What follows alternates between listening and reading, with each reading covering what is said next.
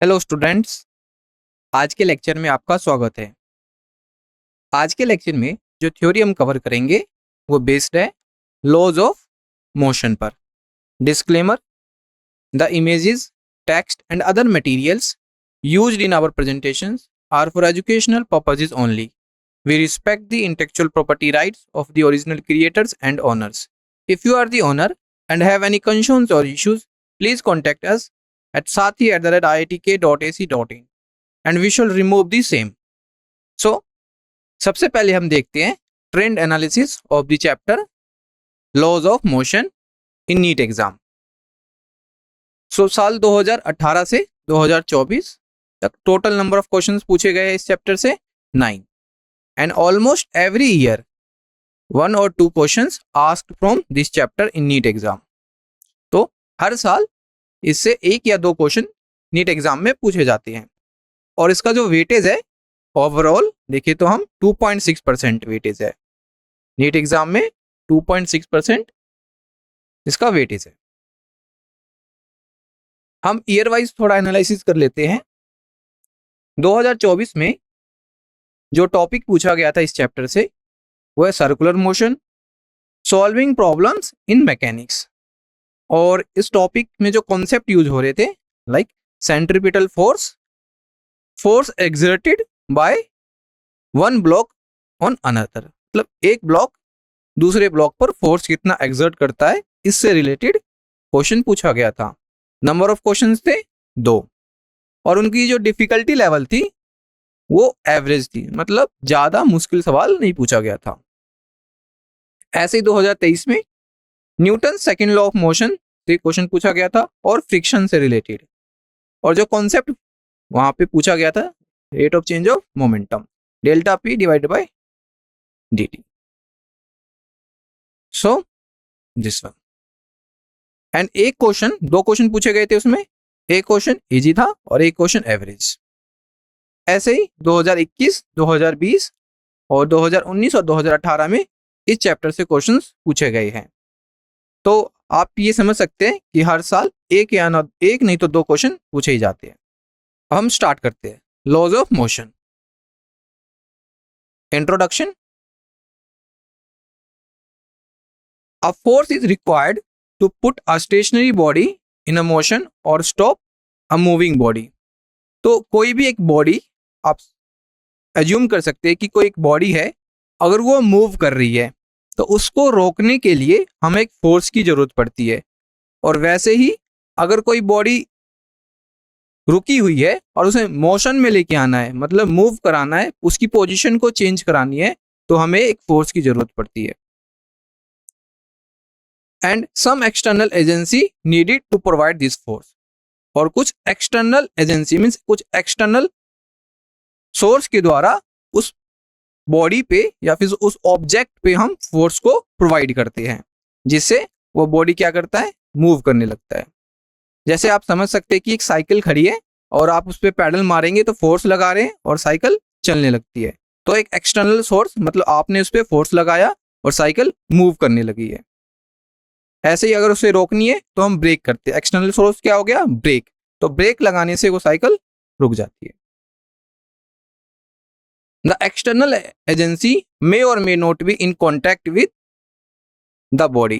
ये जरूरी नहीं है कि जो एक्सटर्नल एजेंसी है वो कांटेक्ट में ही हो, मतलब बॉडी को मूव कराने के लिए, मोशन कराने के लिए एक्सटर्नल एजेंसी का फिजिकली रूप से कांटेक्ट में होना जरूरी नहीं है.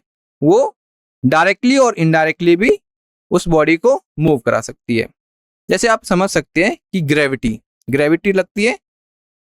अगर हम एक बॉल को उछालते हैं और उसे बॉल फिर ऊपर की तरफ हमने उछाला और एक पॉइंट पे जाके वो क्या हो गया, मोशन करना बंद कर दिया. क्यों? क्योंकि वहां पे ग्रेविटी उसे अपनी तरफ खींच रही है. तो ग्रेविटी डायरेक्टली कांटेक्ट में नहीं है. तो इसलिए हम कह रहे हैं कि एक्सटर्नल एजेंसी मे और may not be in contact with the body. जरूरी नहीं है कि उसके कांटेक्ट में ही हो भी सकता है और नहीं भी. Aristotle fallacy. Aristotle held the view that if a body is moving, अगर कोई एक बॉडी मूव कर रही है उन्होंने कहा कि अगर कोई बॉडी मूव कर रही है, something external is required to keep it moving. मतलब कुछ एक्सटर्नल चीज, कोई एक्सटर्नल फोर्स या फिर कोई एक्सटर्नल ऑब्जेक्ट की जरूरत पड़ती है कोई भी अगर बॉडी को मूव कराते रहने रखना है। अगर हम एक्सटर्नल सोर्स प्रोवाइड नहीं कर रहे हैं तो वो मूव नहीं करेगी। मूविंग इनर्शिया में रखने के लिए अगर ऑब्जेक्ट मूव ही करते रहना चाहिए तो कुछ एक्सटर्नल ऑब्जेक्ट या एक्सटर्नल सोर्स की जरूरत पड़ती है। Aristotelian laws of motion be phrased as an external force is required to keep a body in motion। External force की जरूरत पड़ती है बॉडी को मोशन में रखने के लिए। In fact, force is necessary in practice to counter the opposite the force of friction। अगर आप इसको ऐसे समझे कि कोई बॉडी मूव कर रही है तो उसे काउंटर मतलब उसके अपोजिट में भी एक फोर्स लगती है, तो आप इसे ऐसे समझ सकते हैं कि फोर्स ऑफ फ्रिक्शन भी हो सकता है। मतलब उसके पेयर में रहता है। फोर्स कभी भी सिंगली एग्जिस्ट नहीं करता, हमेशा पेयर में एग्जिस्ट करता है। The opposing forces such as friction and viscous force for fluids. Fluids में जो फोर्स लगता है वो विस्कस होता है और सॉलिड के केस में फ्रिक्शनल फोर्स होता है। Always present in natural world.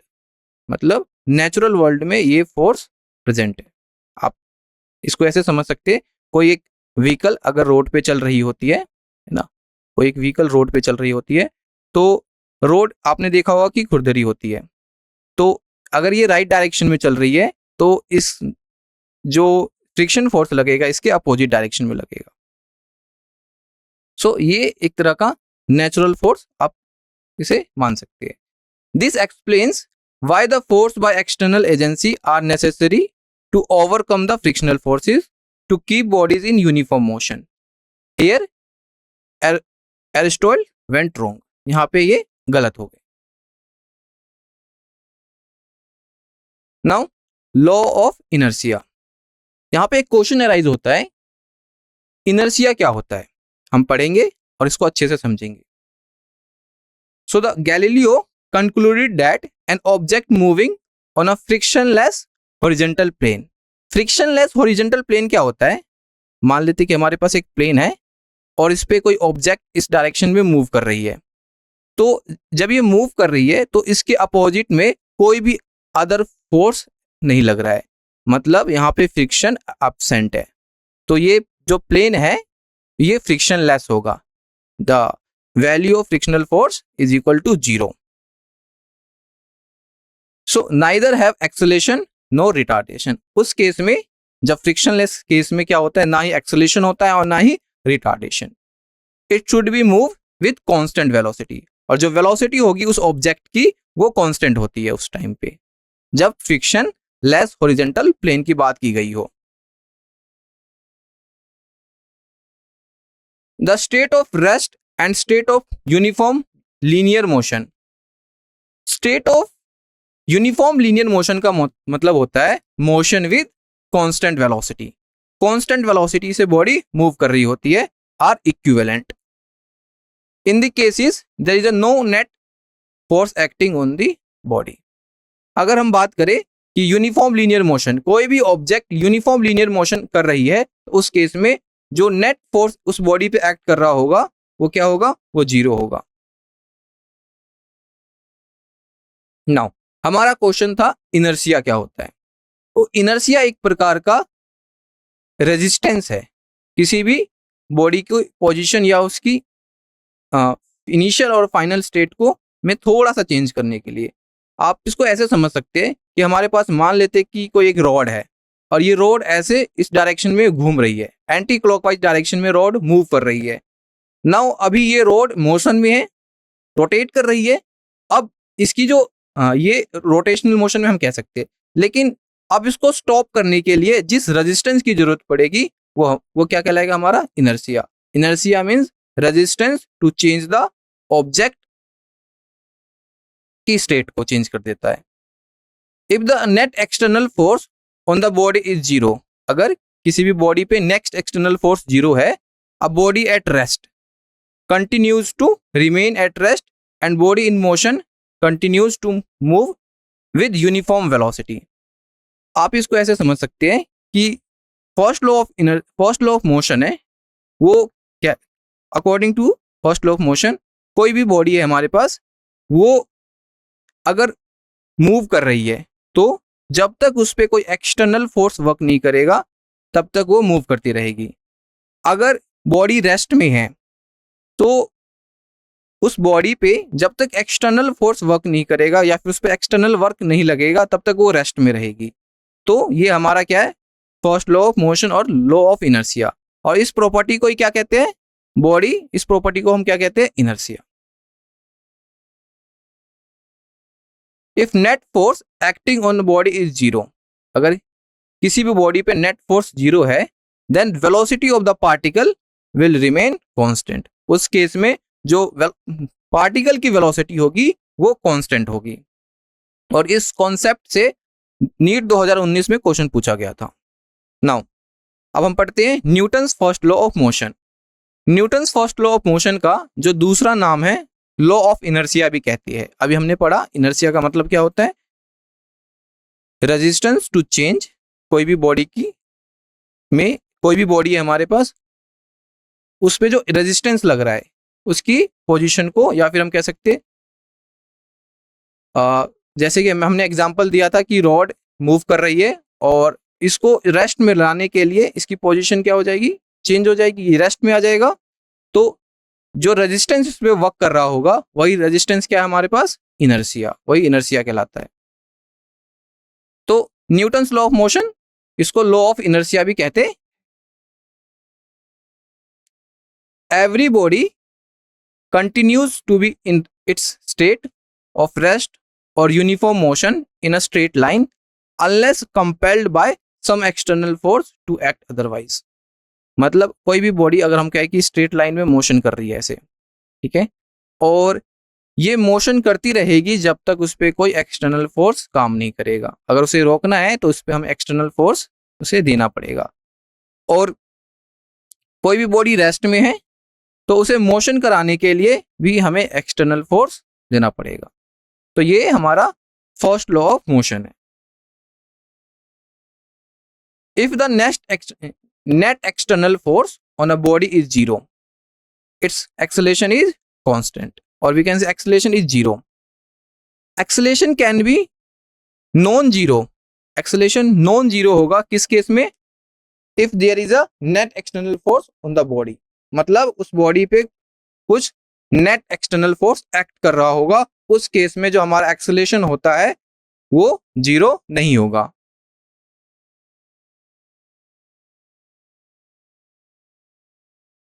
A spaceship out in interstellar space, far from all other objects and with all its rockets turned off, has no net external force acting on it.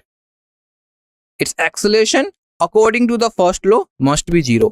ये first law का एक example आप कह सकते हैं। If it is in motion it must continue to move with uniform velocity. On earth an object is at rest or in uniform linear motion. It is not because there are no forces acting on it, but because of various external forces cancel out, add up to 0 net external force.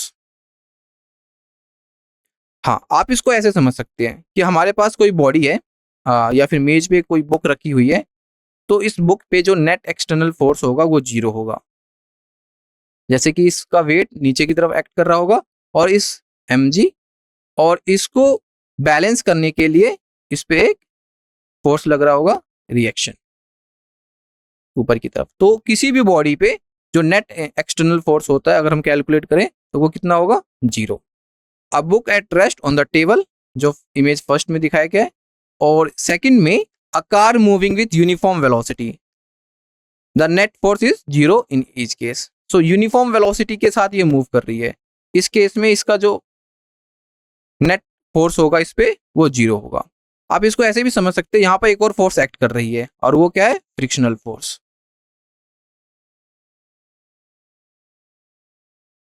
Next है हमारा Newton second law of motion.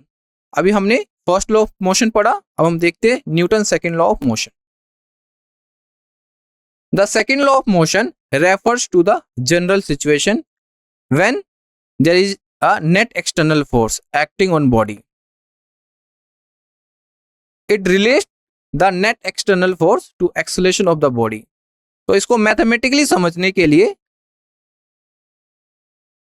हम एक term लेके आते हैं जिसका नाम है momentum. So momentum of body is defined to be product of mass and velocity v and denoted by p। Momentum एक वेक्टर क्वांटिटी होती है। So p is equal to mv, mass into velocity. तो यहाँ पे जो m है वो किसी भी ऑब्जेक्ट का मास है और जो v है उसकी वेलोसिटी को दिखा रही है। Now momentum is clearly a vector quantity. Momentum of body of mass dropped from a height h when it reaches ground is this one। अगर कोई एक बॉडी है हमारे पास और किसी h हाइट से, h हाइट मतलब यहाँ से इसकी हाइट h है, यहाँ से ड्रॉप की जाती है किसी भी ऑब्जेक्ट को नीचे की तरफ, उस केस में जो मोमेंटम होगा वो क्या होगा, m√2gh। m हम जानते हैं मास है, g acceleration due to gravity और h क्या है, हाइट है। The greater the rate of change of momentum, rate of change of momentum का मतलब क्या होता है, ये टाइम के साथ चेंज होता है। The greater is the force. Force not only depends on the change in momentum but also on how fast the change in brought about. It means mathematically form में अगर हम लिखें कि जो फोर्स होता है हमारे पास वो rate of change of, wait a minute, F is equal to dp upon dt। इसको आगे हम सॉल्व करेंगे। Force is necessary for changing the direction of momentum even if its magnitude is constant. अगर मैग्नीट्यूड कांस्टेंट है, we can feel this while rotating a stone like this। in this look at figure, एक stone को यहाँ पे rotate किया जा रहा है। So we can feel this while rotating a stone in horizontal circle with uniform speed means of a string by connecting a string. So there is a force acting like towards the center.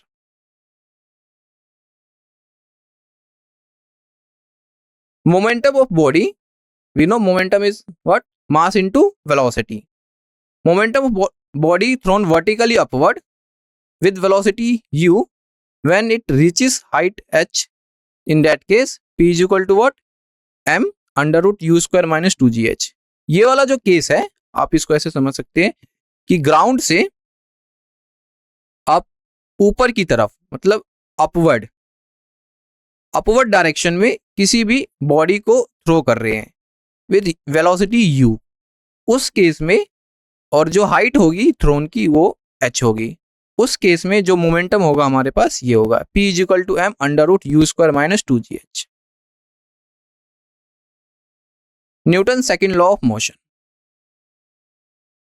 तो अभी तक हमने देखा momentum क्या होता है, mass into velocity. The rate of change of momentum of a body is directly proportional to applied force.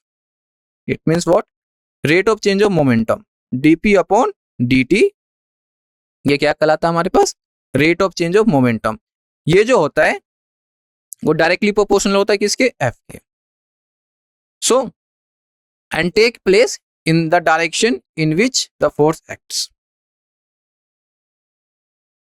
If under the acceleration of force, action of the force f, the time interval delta t and velocity of the mass m changes from v to v plus delta v.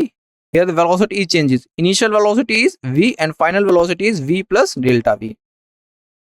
In that case, the initial momentum is what? P is equal to mv. Listen carefully. यहाँ पे जो momentum calculate करेंगे जब velocity v है, हम जानते हैं momentum का फॉर्मूला मास इनटू वेलोसिटी। जब वेलोसिटी v है उस केस में मोमेंटम होगा हमारे पास v। नाउ वेलोसिटी में चेंज आ गया, मतलब इनिशियल वेलोसिटी कुछ और है और फाइनल वेलोसिटी कुछ और है। उस केस में जो फाइनल वेलोसिटी हमारे पास ये v प्लस डेल्टा वी, उस केस में जो मोमेंटम होगा हमारे पास वो क्या होगा, चेंज मोमेंटम। अगर हम इसको ऐसे लिखे p is equal to mass into velocity v plus delta v, उस केस में ये मोमेंटम होगा। लेकिन चेंज इन मोमेंटम क्या होगा, डेल्टा p क्या होगा, मतलब अगर हम इसको pi समझे और इसको pf, तो चेंज क्या होगा pf माइनस pi, और जो क्या है हमारे पास m into delta V, final momentum minus initial momentum. तो ये आ गया हमारे पास change in momentum. So according to the second law of motion, rate of change of momentum, this is the rate of change of momentum। जो force होता है वो डायरेक्टली प्रोपोर्शनल होता है किसके, rate of change of momentum के। तो आप मैथमेटिकली इसको ऐसे रिप्रेजेंट कर सकते हैं। सो नाउ प्रोपोर्शनलिटी साइन हटाने के लिए कांस्टेंट टर्म आता है, तो यहाँ पे जो कांस्टेंट टर्म है वो k है। तो इक्वेशन क्या बन गई, F is equal to k delta p divided by delta t, और हम जानते हैं delta p upon delta t क्या है, rate of change of momentum, where k is a constant of proportionality. और इस इक्वेशन से, इस सेकंड लॉ ऑफ मोशन से नीट एग्जाम 2023 में क्वेश्चन पूछा गया था। So for a fixed body, और we can say body of fixed mass m, अगर मास m फिक्स्ड कर दिया जाए उस केस में क्या होगा, dp upon dt is equal to p क्या है, मोमेंटम, मास इंटू वेलोसिटी। अब हम इसका डेरिवेटिव करेंगे, तो मास तो फिक्स्ड है मतलब कांस्टेंट है, तो कांस्टेंट टर्म को बाहर लेके आते हैं, बचा क्या है dv अपॉन dt। और rate of change of velocity क्या होती है, एक्सेलरेशन। तो ये क्या हो गया हमारे पास, dp upon dt is equal to ma। इसका मतलब ये हुआ कि जो f है वो क्या होगा, f is equal to dp upon dt is equal to ma, मतलब mass into acceleration. The second law can also be written as this one, F is equal to K ma। तो ये K की जो value है हम यहाँ पे 1 consider करके चलेंगे। उस केस में जो फॉर्म बनेगी with here which shows that the force is proportional to the product of mass m and acceleration a। For simplicity we choose K is equal to 1। so जो सेकेंड लॉ उस case में क्या होगी हमारे पास, this one. ये important relation है exam के पॉइंट ऑफ व्यू से, ये इंपॉर्टेंट है। F is equal to dp upon dt is equal to ma, rate of change of momentum is equal to mass into acceleration. I hope this is clear. अब हम इसकी unit के बारे में बात करते हैं। In SI unit force is one that causes an acceleration of 1 metre per second square to mass 1 kg। This unit is known as Newton. 1 Newton is equal to 1 kg per metre square. अगर इसको आप समझिए, हम जानते हैं F is equal to क्या होता है, मास इंटू एक्सेलरेशन। जो एक्सेलरेशन की यूनिट होती है वो क्या होती है, मीटर पर सेकेंड स्क्वायर, और मास की यूनिट क्या होती है, kg। अगर हम दोनों यूनिट को, एक्सेलरेशन की यूनिट को और मास की यूनिट को क्या करते हैं, मल्टीप्लाई करते हैं, तो जो नया यूनिट बनता है वो फोर्स की यूनिट होगी, जो है हमारे पास this one, kg per metre square. और इसको हम न्यूटन से भी रिप्रेजेंट करते हैं, मतलब the unit of the force is newton, और we can say kg per metre square, kilogram per metre square. If a force is not parallel to the velocity, अगर फोर्स वेलोसिटी के parallel नहीं act कर रहा है, उस case में if the force of not parallel to the velocity of the body but makes some angle, अगर कुछ एंगल बना रही है with it, it changes only the component of velocity along the direction of the force। तो उस case में क्या होगा, velocity के components change हो जाएंगे। The component of velocity normal to the force remains unchanged। The second law of motion is applicable to a single point particle। ये important point है, जो second law of motion है वो single point particle के लिए applicable है। Impulse,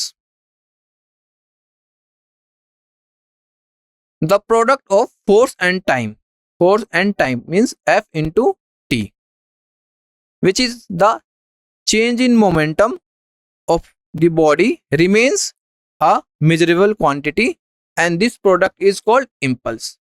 तो जो इम्पल्स है वो क्या होता है, F इंटू टी।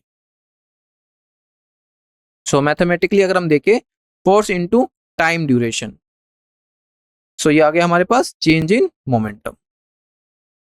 आप इसको ऐसे रिलेट कर सकते हैं, हम जानते हैं F इजिकल टू क्या होता है, मा एम ए, और हम इसको ऐसे भी लिख सकते हैं M D B upon D T. So ये जो टर्म बन के आती है न्यू, वो चेंज इन मोमेंटम के इक्वल होगी, that is called impulse. A large force acting for a short time to produce a finite change in momentum is called impulsive force. And change in momentum calculate करने के लिए graphically क्या होगा, area into F T graph. अगर हम कहें कि हमारे पास एक एफ टी ग्राफ है, ऐसे ये एफ और ये टी है और इस प्रकार का कोई एरिया है, तो इन दोनों को ये जो एरिया आएगा वो हमारा क्या कहलाएगा, चेंज इन मोमेंटम।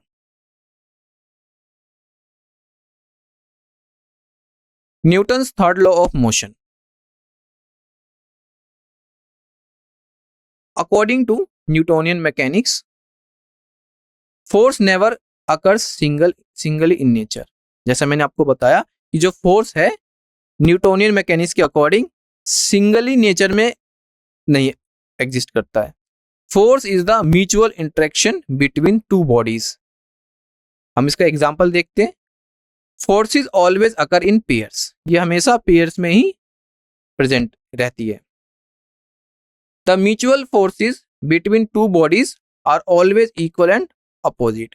मतलब अगर एक फोर्स F है तो दूसरा वाला क्या होगा, इसके अपोजिट में होगा, ऐसे equal and opposite. So Newton's third law, to every action there is always an equal and opposite reaction.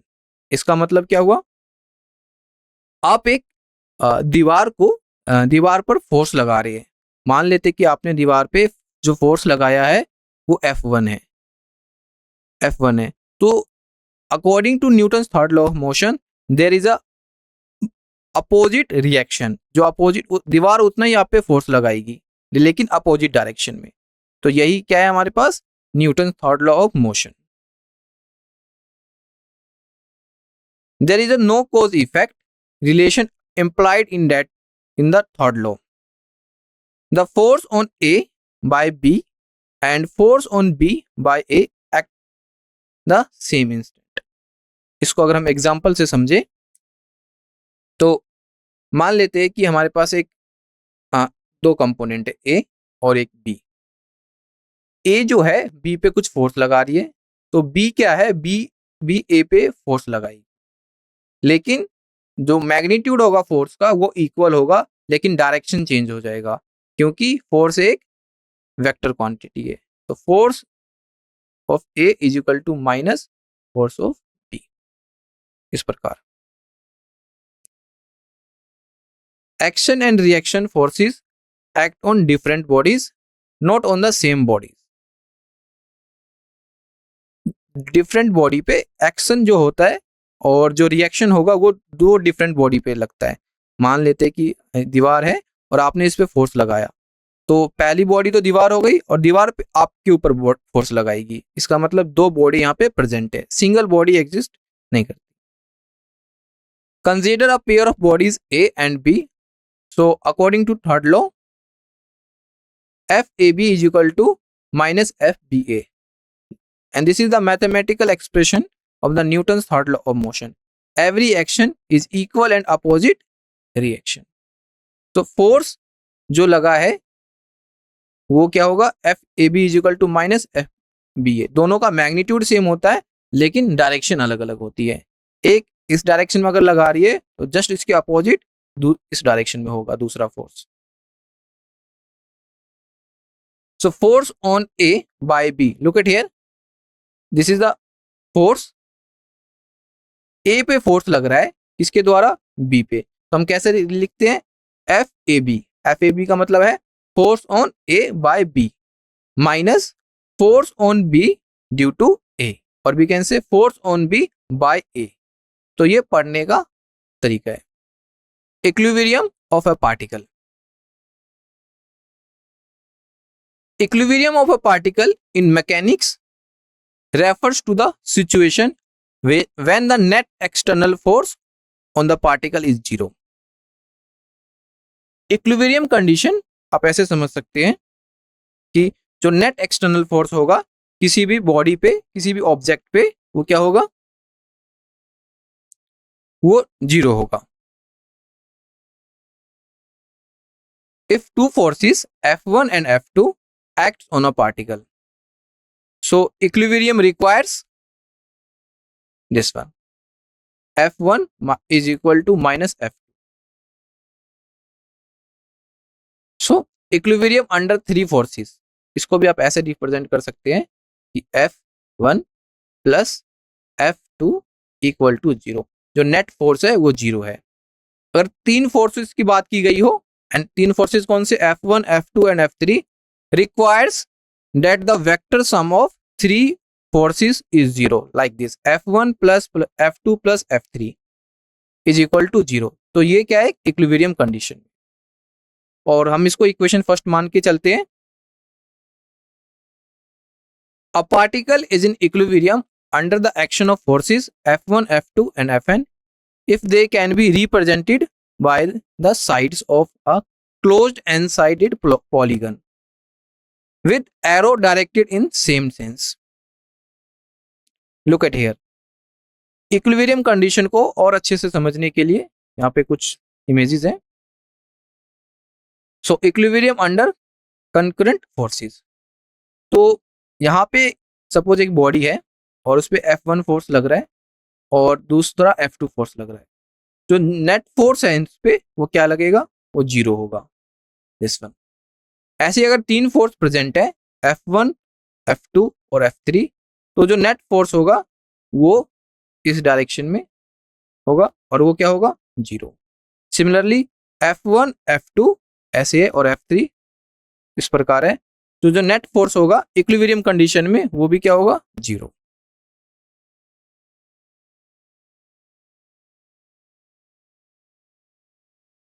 So F1 plus F2 plus F3 equal to 0. Let this is equation first.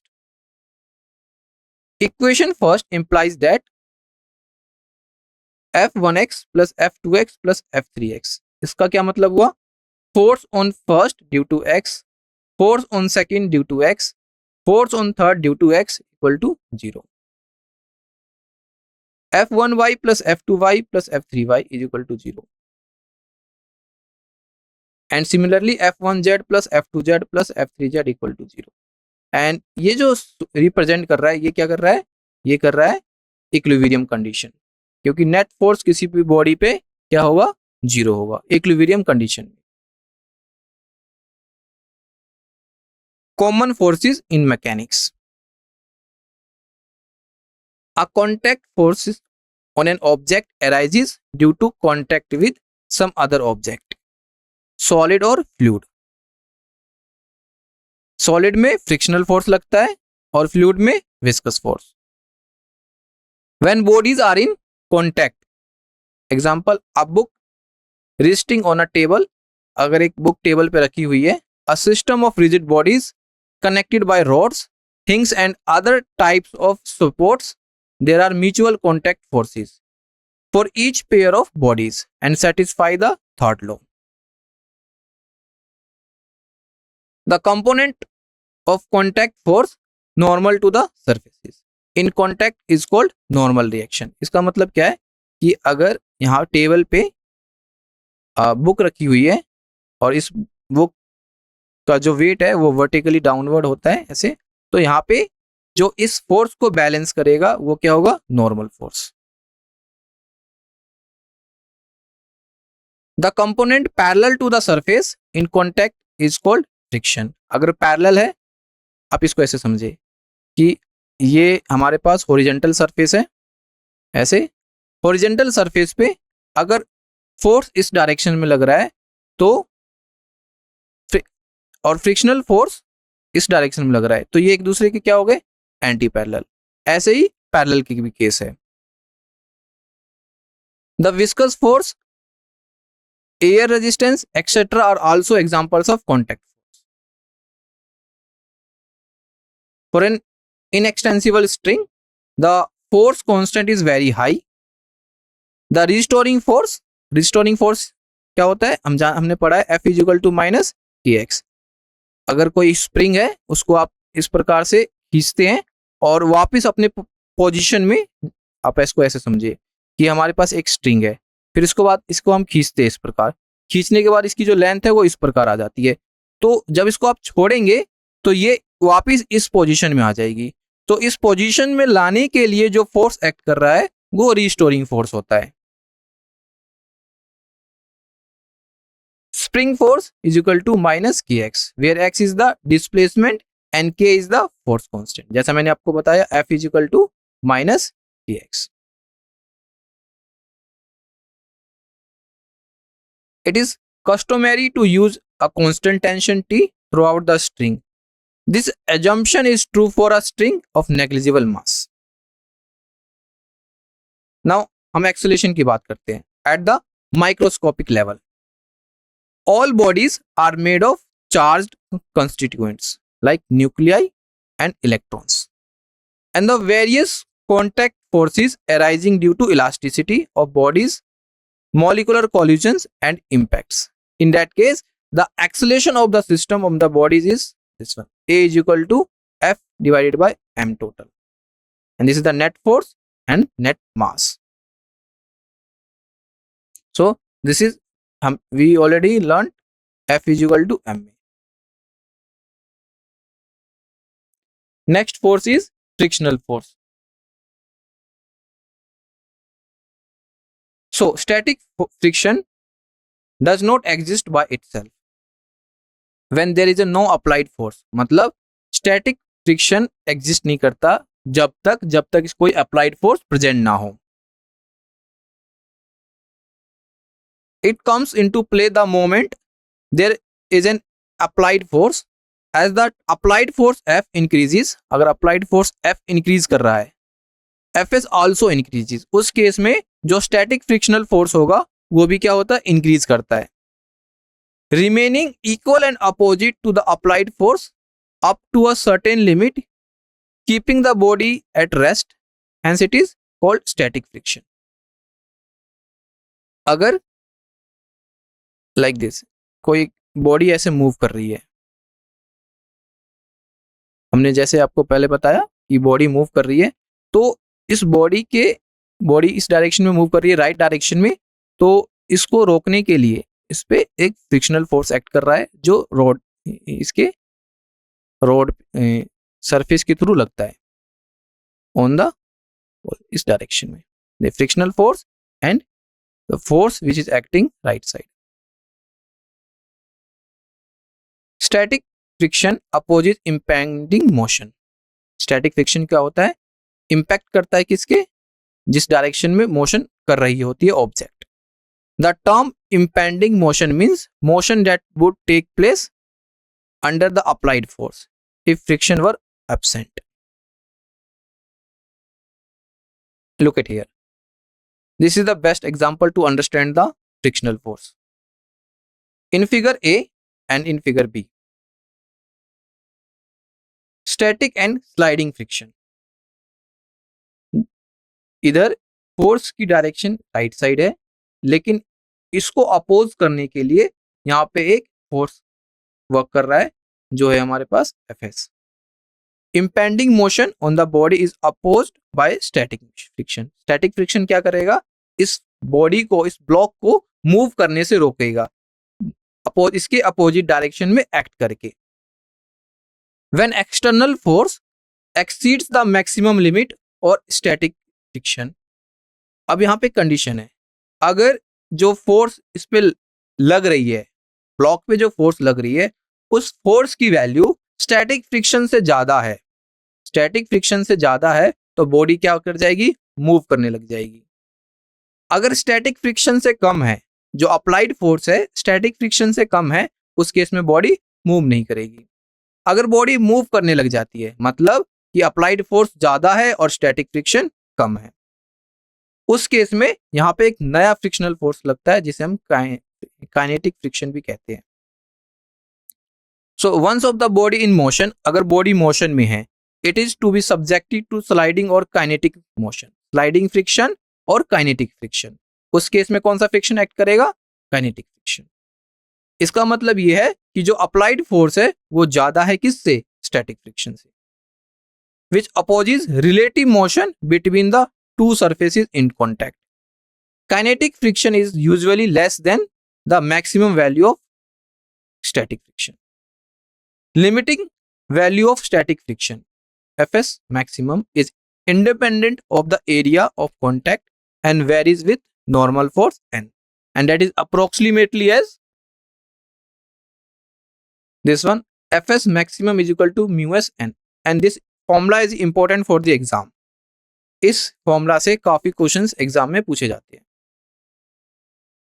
Where mu s is a constant of proportionality depending on the nature of the surface in contact. मतलब कि अगर surface like smooth है, उस case में क्या होगा? Mu S की value कम होगी। सरफेस थोड़ी खुरदरी है, ठीक है, उस केस में म्यू एस की वैल्यू क्या होगी? ज्यादा होगी। मतलब म्यू एस की वैल्यू जो है वो सरफेस के नेचर पे डिपेंड करती है।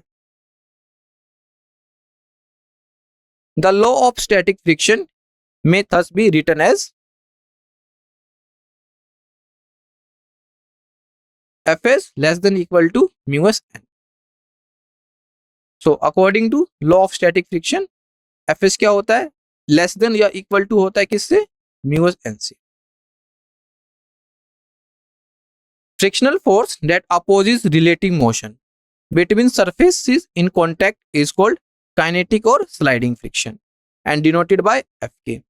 हमने अभी सीखा जो काइनेटिक फ्रिक्शन होता है वो कब लगता है? जब स्टैटिक फ्रिक्शन की वैल्यू कम होती है किससे? अप्लाइड फ्रिक्शन, अप्लाइड फोर्स से। Kinetic friction like static friction is found to be independent of area of contact, area of contact से इंडिपेंडेंट होती है। Further it is nearly independent of the body, it satisfy a law similar to that for static friction. So the sliding friction Fk is equal to mu k n। अगर sliding friction की बात की गई है तो हम ये formula use करेंगे, अगर स्टैटिक फ्रिक्शन की बात की गई है तो ये फॉर्मूला यूज करेंगे। एग्जाम पॉइंट ऑफ व्यू से ये फॉर्मूला काफी इंपॉर्टेंट है, कई बार डायरेक्टली इस पर क्वेश्चन पूछ लिए जाते हैं। वेयर म्यू के is the coefficient of kinetic friction, जैसे मैंने आपको बताया म्यू के क्या है? Coefficient of kinetic friction, and depends only on the surfaces in contact, जो सरफेस के नेचर पे डिपेंड करती है। और इस कॉन्सेप्ट से नीट 2018 में क्वेश्चन पूछा गया था। That's why this topic is very important.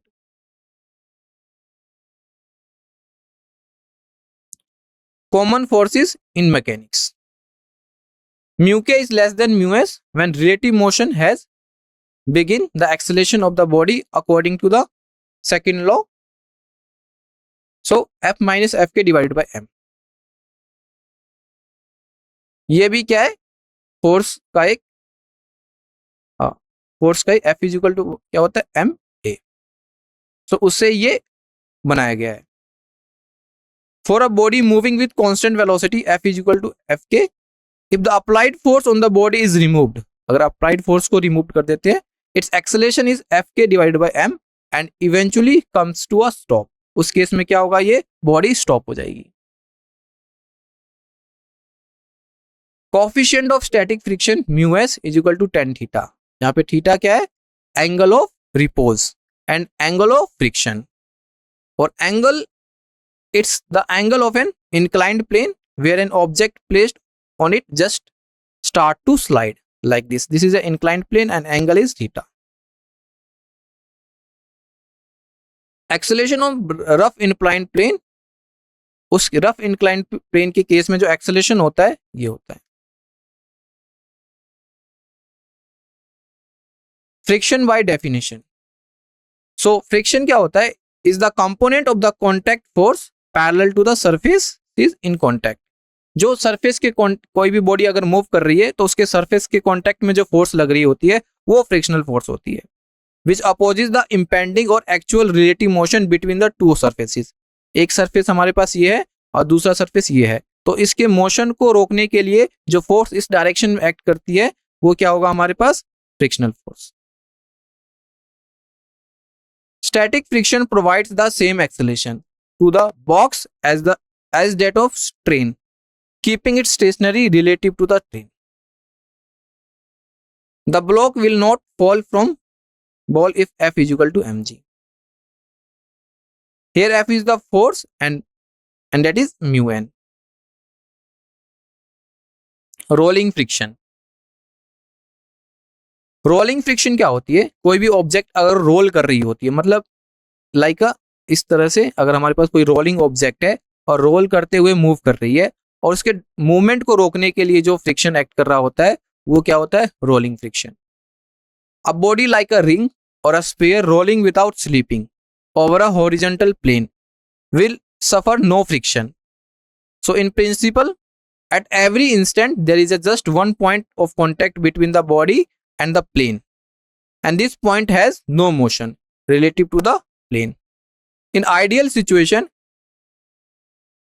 kinetic and static friction is zero and body should have continued to roll with constant velocity.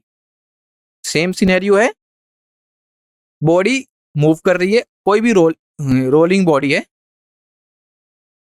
कोई भी रोलिंग बॉडी है और इस डायरेक्शन में मूव कर रही है, तो इसको जस्ट मोशन को रोकने के लिए जो फोर्स एक्ट कर रहा है वो होता है हमारे पास rolling friction.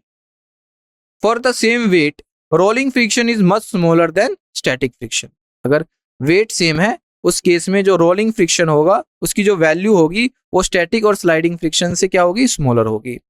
This is the reason why discovery of the wheel has been a major milestone in human history.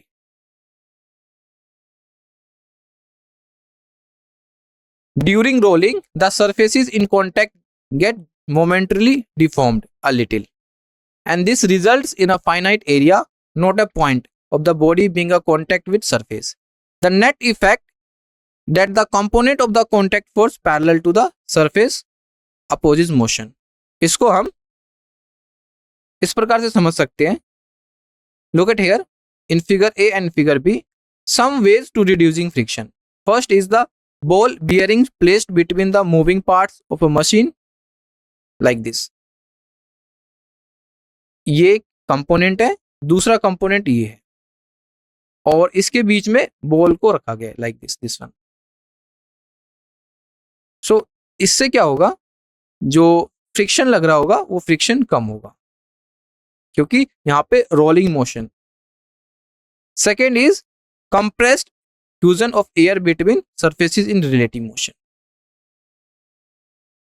So mu S is greater than mu k and mu के is greater than mu r. This is the relation between mu s, mu k and mu r. In many situation like in machine with different moving parts, friction does have a negative role. It opposes relative motion, thereby dissipates power in the form of heat. So इस case में क्या होता है, power heat के form में loss होती है।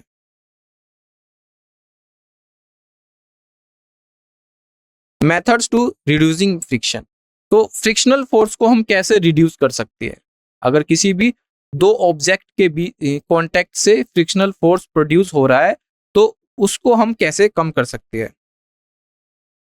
पहला है हमारे पास lubricants are a way to reducing the kinetic friction in machine. lubricants का यूज करके उस क्या कर सकते हैं, हम फ्रिक्शन को कम कर सकते हैं।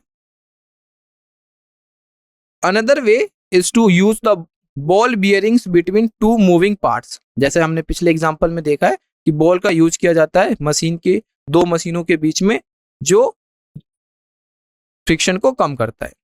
Since the rolling friction between ball bearings and the surfaces in contact is very small, power dissipation is reduced. उस केस में power dissipation क्या होगा, कम हो जाएगा, मतलब हीट के फॉर्म में ज्यादा एनर्जी लॉस नहीं होगा।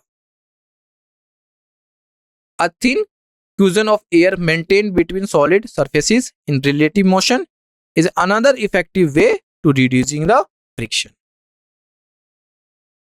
Similarly, static friction is importantly in daily life. We are able to walk because of friction. अगर फ्रिक्शन नहीं होगा तो हम क्या करेंगे, स्लिप हो जाएंगे. It is impossible for a car to move on a very sleepy road. अगर रोड बहुत स्मूथ है उस केस में कार मूव नहीं करेगी, इम्पॉसिबल तरह का केस हो जाता है, क्योंकि फ्रिक्शन के बिना मूवमेंट बहुत मुश्किल हो जाता है. On an ordinary road the friction between the tyres and the road provides the necessary external force to accelerate the car. तो रोड के द्वारा फ्रिक्शन को इंक्रीज करने के लिए काम किया जाता है. लाइक अगर ये रोड है तो उस पे इसको क्या किया जाता है, खुरदरी बना दिया जाता है जिससे फ्रिक्शनल फोर्स ज्यादा लगे. Circular motion. सर्कुलर मोशन एक टाइप का 2 डायमेंशनल मोशन है. Acceleration of the body moving in circle of radius r with uniform speed v is v square by r directed towards the center. According to the second law, force Fc providing this acceleration, and the acceleration is this Fc is equal to mv square by r, where m is the mass of the body. This force directed towards the center is called centripetal force. मतलब अगर कोई body, जैसे मैंने आपको पहले बताया, कि ऐसे रोटेट कर रही है इस डायरेक्शन में से, तो यहाँ इसकी तरफ एक सेंटर की तरफ एक फोर्स लगता है, वो है centripetal force. Motion of a car on a level road. 3 forces act on the car. पहला है हमारे पास वेट ऑफ द कार जो mg होगा. दूसरा नॉर्मल रिएक्शन जो वेट को बैलेंस करेगा. तीसरा फ्रिक्शनल फोर्स जो कार के मोशन को रोकेगा.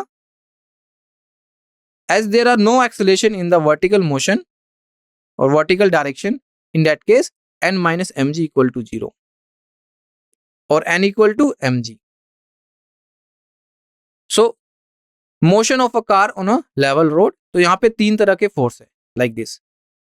एक कार का वेट जो mg है और इसको बैलेंस करने के लिए एक नॉर्मल रिएक्शन, और एक कार जो मूव कर रही है वो, इस पे जो फोर्स लगेगा वो क्या है, फ्रिक्शनल फोर्स, मतलब अप्लाइड फोर्स को कम करने के लिए.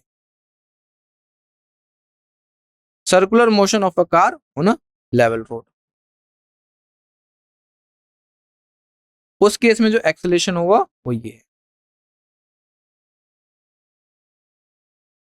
The centripetal force required for circular motion is along the surface of the road and is provided by the component of the contact force between road and the car tire along the surface. मतलब अगर इस प्रकार से motion हो रही है, इस प्रकार से, तो मोशन इस डायरेक्शन में, फिर इस डायरेक्शन में है, फिर इस डायरेक्शन में है, तो जो सेंट्रिपिटल फोर्स है वो सेंटर की तरफ लग रहा है, और कार और टायर के द्वारा जो फ्रिक्शनल फोर्स है उसके द्वारा इस मोशन को पॉसिबल बनाया जाए. It is the static friction that provides the centripetal acceleration. Static friction opposes the impending motion of the car moving away from the circle. So the mathematical equation F is less than mu s n is equal to mv square r. Static friction multiply by n is equal to mv square by r, or this relation is very important for the exam. So v square is less than equal to mu s rn divided by m, which is equal to mu s rg, where n is equal to mg. Normal reaction equal to weight. For a given value mu s and r, there is a maximum speed of circular motion of the car is given by this one. V max is equal to under root mu s rg. तो ये जो formulas है ये exam के point of view से काफी important है. When a warp is wheeled on a horizontal plane by means of string, the angular speed and rpm, then the tension in the string provides required centripetal force, and that is given by T equal to m into 2 pi n divided by 60 whole square multiply with L. So from this relation, it is clear that T is directly proportional to n square, where m and L the mass of the bob and length of the string. And from this relation, question asked in NEET exam 2024 last year. So this is very important concept from this formula. Motion of a car on a banked road. So there is no acceleration along in vertical direction. The net force along the direction must be 0. Hence, n cos theta is equal to mg plus f sin theta. So vertical direction में कोई भी acceleration नहीं है, तो mathematically अगर हम इसको देखें, अगर हम फ्री बॉडी डायग्राम बनाएं तो कार का जो वेट है वो mg और नॉर्मल रिएक्शन n एंड जो एक्सेलेरेशन फ्रिक्शनल फोर्स होगा वो इस तरह एक्ट करेगा। तो इन फोर्सेस को बैलेंस करते हैं n cos थीटा जो होगा हमारे पास n cos थीटा वो क्या होगा mg plus f sin theta, this one mg plus f sin theta. इसी प्रकार हमने इसको इक्वेशन फर्स्ट मान लिया and the centripetal force is provided by the horizontal components of n और nf। तो हम पहले से जानते हैं normal reaction and frictional force.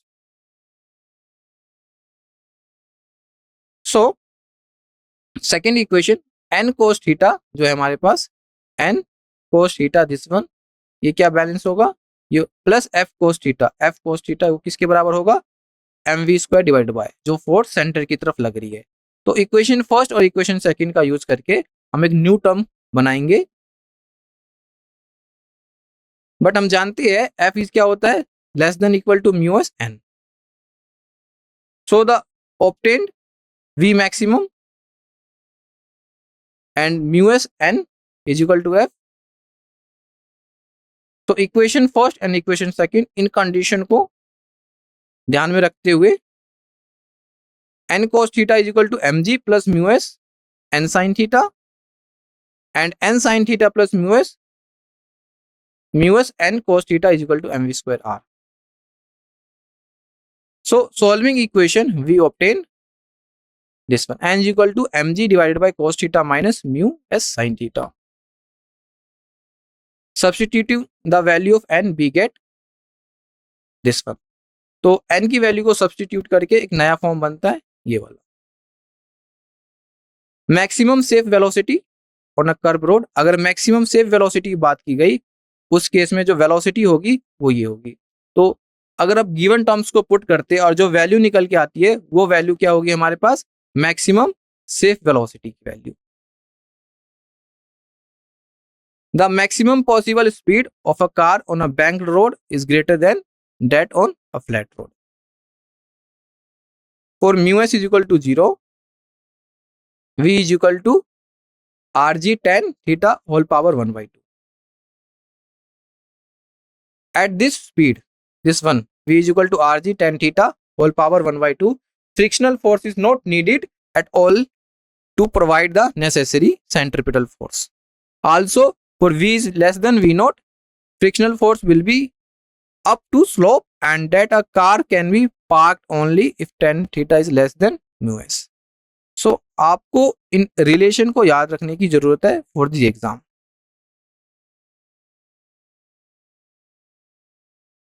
Solving problems in mechanics.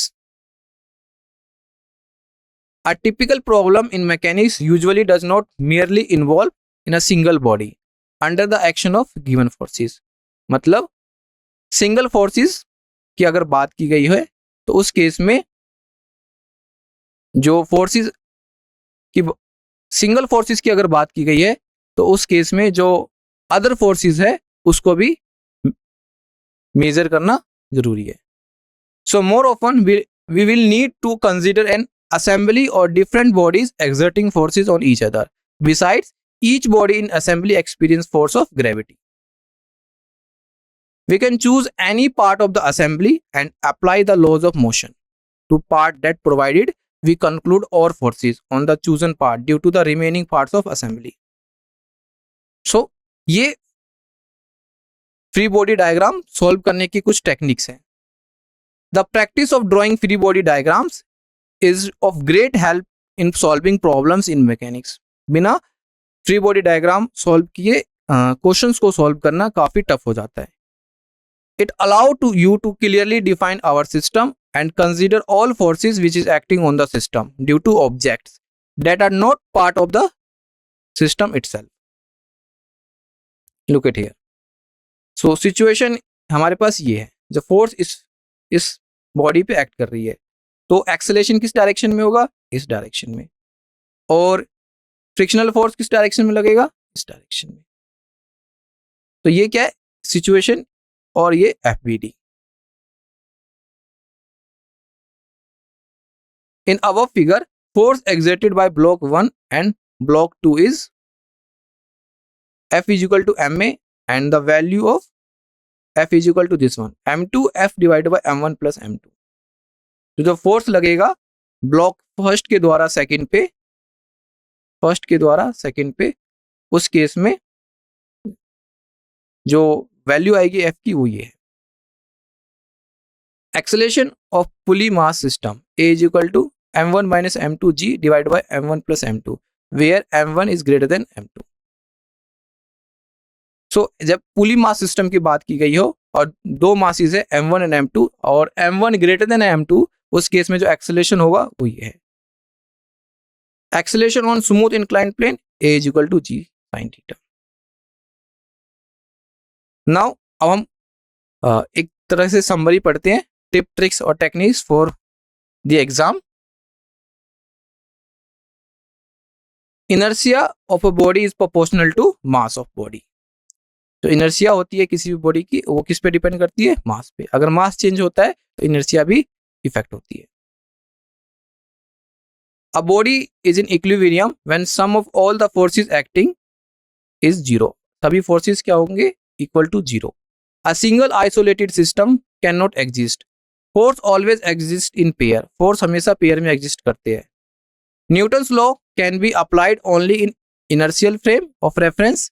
In non inertial frame pseudo forces exist. उस केस में नॉन इनर्शियल फ्रेम के केस में सूडो फोर्स एग्जिस्ट करती है. The number of normal force acting on a body depends on the number of points of contact. किस पे depend करती है? पॉइंट्स ऑफ कॉन्टैक्ट पे. When two or more blocks are placed one over the other on horizontal ground, then normal reaction between two blocks will be equal to the weight of the blocks over the common surface. उस case में जो wait होगा वो normal के equal होगा. The equipment which are used in measuring weight measure the normal reaction, not the actual weight. वो क्या होता है? एक्चुअल वेट नहीं होता. The normal reaction may be greater or equal or less than actual weight. तो ये कुछ summary है जिसे हम खत्म करते हैं. An isolated system is one in which no external force is acting. Isolated system में कोई भी external force act नहीं करता. Action and reaction forces always act on different bodies, but in case of elastic bodies and springs, action and reaction force act on same body. Elastic body के case में क्या होता है? Action और reaction दोनों same body पे act करता है. Action and reaction force always act along the line joining the center of two bodies. Impulse generally produces acceleration, but when impulse is sharp, उस केस में क्या होता है? It produces velocity only. Kinetic friction is independent of velocity of the body. Kinetic friction क्या होता है? Independent होती है velocity of body पे. Centripetal force is not an independent force. It is governed by force like gravitational force, tension or frictional force, etc. Now some important formulas. If two masses m1 and m2 connected at two ends of a string which is passing over a frictionless pulley, then tension का formula क्या होगा? ये. and acceleration क्या होगा? ये. अगर दो mass system की बात की गई हो तब. If W is equal to weight of the body, और थीटा क्या है, angle of friction, then minimum pulling force F of a block at an angle alpha from the horizontal is this one. Minimum pushing force F of a block at an angle alpha from the horizontal, F क्या होगी, ये W sin theta divided by cos alpha plus theta. And minimum pulling force F of a block to move the body up on an inclined plane, उस case में जो F की value है वो ये है. हम यहाँ पे एग्जाम पॉइंट ऑफ व्यू से पढ़ रहे हैं, तो आपको इन फॉर्मूला को याद रखना है. जहां लैम्डा क्या होगा, angle of repose. Minimum force F2 on a body in downward direction along the surface inclined plane. So F क्या होगा, W sin theta minus lambda and divided by cos alpha minus theta. Minimum force F on block to avoid sliding body down to an inclined plane, so F is equal to this one. तो हर case के लिए जो F की value है वो given है. If a string is massless, अगर string massless है, then tension at every point on it is same, but it has a mass, then tension at different points is different. अगर मास है उस case में हर point पे tension क्या होगा, अलग अलग होगा. If there is a friction between the string and pulley, tension is different on two sides of the pulley. But there is no friction between pulley and string. Tension will be same on the smooth sides of the pulley. If a car or vehicle moving on a horizontal ground accelerates or deaccelerates by friction, then maximum acceleration and deacceleration of car be mu g, unless some external force is applied. If a block of mass m1 rests on horizontal plane and connected with another block of mass m2 through a string which passes over a frictionless pulley, then acceleration क्या होगा, m2g divided by m1 plus m2, and t क्या होगा, ये. अगर without friction की बात करें उस केस में a क्या होगा, ये इंटू g, एंड t क्या होगा, ये m1 m2 1 plus mu g divided by m1 plus m2.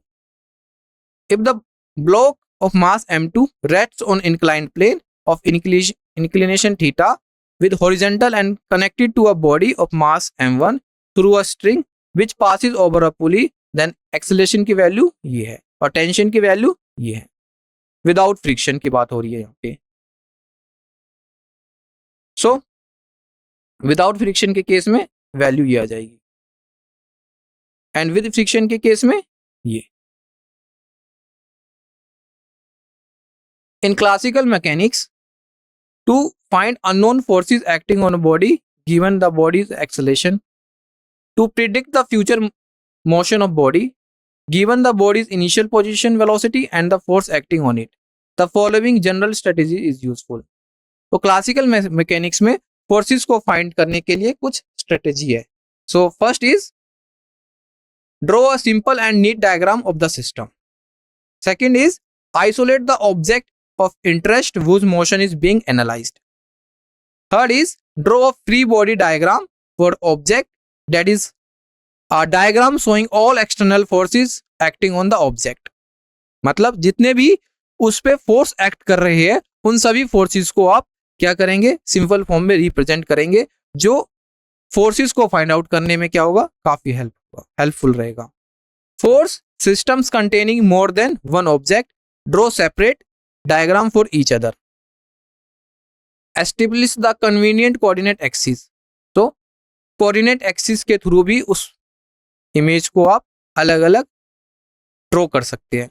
And find the components of the forces along the axis. तो उस फोर्सेस के जितने भी कंपोनेंट्स हैं एक्सिस के अलोंग उसे फाइंड करना. Applied Newton's law, F is equal to ma, Newton's second law in component form. And next is force is not always in the direction of motion depending on the situation. force क्या होता है, हमेशा direction of the motion पे act नहीं करता, ये depend करता है सिचुएशन पे. F may be along V, opposite to V, normal to V or may makes some other angle with V. In every case it is parallel to acceleration. If V is equal to 0, अगर velocity 0 है at an instant, if a body is momentarily at rest, it does not mean that the force or acceleration are necessarily zero at that instant. For example, when a ball thrown, अगर एक ball को throw किया जाता है ऊपर की तरफ upward direction में, उस केस में जो मैक्सिमम हाइट पे जो वेलोसिटी होगी वो क्या होगी, zero. But the force continues to be its weight mg and the acceleration is not zero but g. Acceleration क्या होगा, g, क्योंकि वर्टिकली डाउनवर्ड फोर्स एक्ट कर रहा होगा जो है g. Force on body at a given time is determined by situation at the location of the body at that time. Force is not carried by the body from the easier history of the motion. The moment after a stone is released out of accelerated train, there is no horizontal force. उस case में horizontal force act नहीं करता on the stone. If the effects of surrounding air are neglected, उस case में stone then has only vertical force of gravity. उस case में सिर्फ vertical force act करेगा जो है gravity. In the second law of motion, F is equal to ma. F stands for the net force due to all material agencies external to the body. A is the effect of the force. Ma should be not regarded as at another force besides. The centripetal force should not be regarded as at another kind of force. It is simply a name given to the force that provides inward radial acceleration. We should always look some material force like tension, gravitational force, electrical force, and friction, etc. The centripetal force in any motion, static friction is a self-adjusting force up to its limit, and that limit is this one. Do not put Fs is equal to mu s without being sure that the maximum value of static friction is coming into play. The familiar equation mg is equal to r for a body on a table true only if the body is in equilibrium. The two forces mg is equal to r can be different. The equality of mg and r has no connection with third law. Next is the terms action and reaction in third law of motion simply stand for simultaneous mutual forces between a pair of bodies.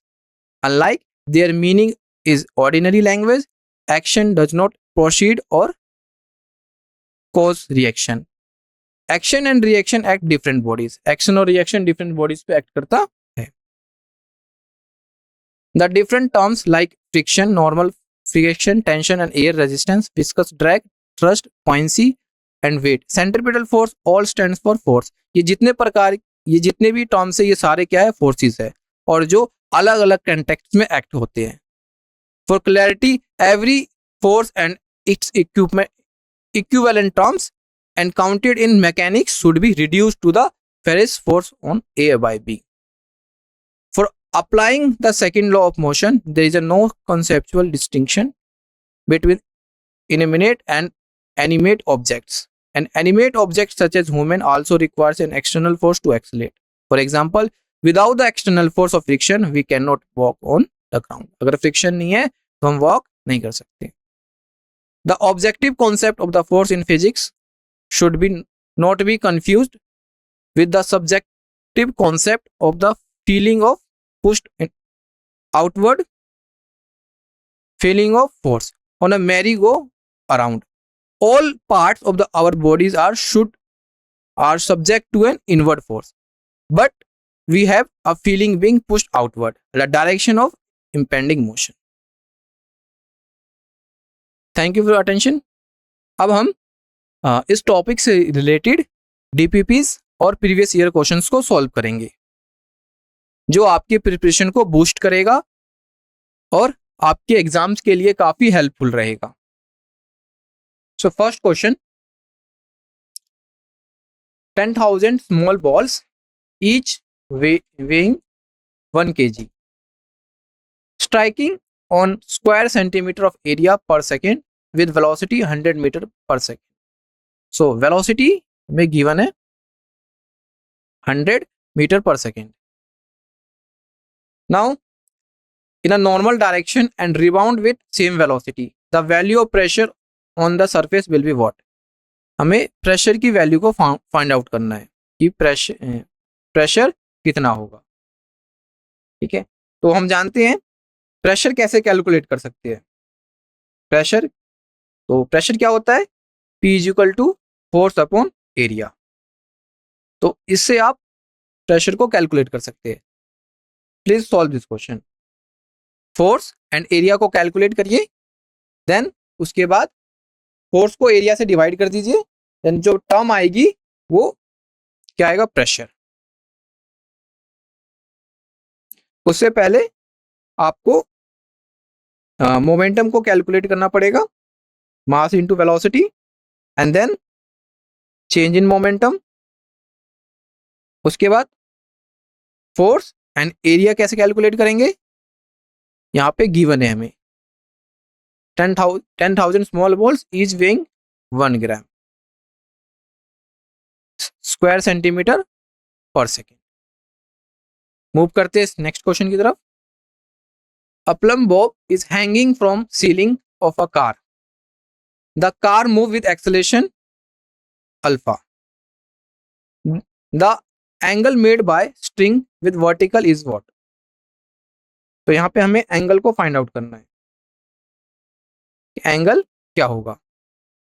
तो सबसे पहले हम इसके components बनाएंगे। तो जो T cos theta होगा, इसके दो कंपोनेंट्स आएंगे, एक टी कॉस थीटा जो होगा mg के बराबर, एक होगा टी साइन थीटा जो होगा ma के बराबर। ठीक है, तो हमें क्या निकालना है, एंगल। तो हम टेन दोनों को डिवाइड कर देते हैं, तो टेन थीटा क्या आएगा हमारे पास, ma डिवाइडेड बाय mg। ये आ जाएगा हमारे पास क्या, a by g.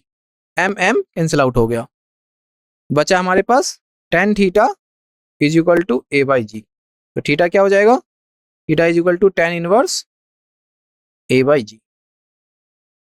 In a physical balance working on the principle of moments, when 5 mg weight is placed on the left pane and the beam becomes horizontal, both the empty pans of balance are equal masses. So there is a condition of balances. Which of the following statements is correct? So यहाँ कुछ given options है, उसको पढ़ के आपको बताना है कि कौन सा करेक्ट है। So according to principle of moments, हम जानते हैं कि for the beam to be equilibrium, horizontal position of clockwise moments must be equal to the counter clockwise moments. उस केस में क्या होगा, F1 D1 is equal to F2 D2। तो यहाँ पे after the weight is placed on left pane, उस case में क्या होगा, 5 mg plus mg and D1 total force is equal to D1 is equal to mg D2। जब आप इसे सॉल्व करेंगे तो D2 क्या आएगा, 6D1। इसका मतलब आएगा वो थोड़ा सा शिफ्ट हो जाएगा। Next question, a cord is wrapped on a pulley disc of mass m like this and radius r as shown in the figure. Look at here, mass m, radius r. To one end of the cord, a block of mass m is connected as shown, and to other end is a force of 2 mg. Force of 2 mg. In B, the block of mass 2m, let angular acceleration of the disc A and B is alpha A and alpha B respectively, then cord is not slipping on the pulley. Then what is the relation between alpha and alpha B? तो हमें यहाँ पे alpha A and alpha B के बीच में relation को बताना है। Please solve this question. तो हम यहाँ चूज कर लेते हैं, सॉल्व करने के बाद जो रिलेशन होगा this one, alpha is greater than alpha B. The force required to move a body up a rough inclined plane is double the force required to prevent the body from the sliding down the plane. The coefficient of friction when the angle of inclination is 60 degree. तो यहाँ पे angle of inclination 60 degree दी हुई है। तो सबसे पहले क्या करेंगे, हम इसको रिजॉल्व करेंगे। रिजॉल्व करने के बाद दो फोर्सेस आएगी, F1 जो होगा हमारे पास mg साइन थीटा के बराबर होगा plus mu mg cos theta के बराबर आएगा। सिमिलरली सेकेंड फोर्स जो आएगा हमारे पास F2 mg sine theta and minus mu mg cos theta. तो इन दोनों इक्वेशन की हेल्प से हम coefficient of friction find out करेंगे। तो कोएफिशिएंट ऑफ फ्रिक्शन आएगा this one.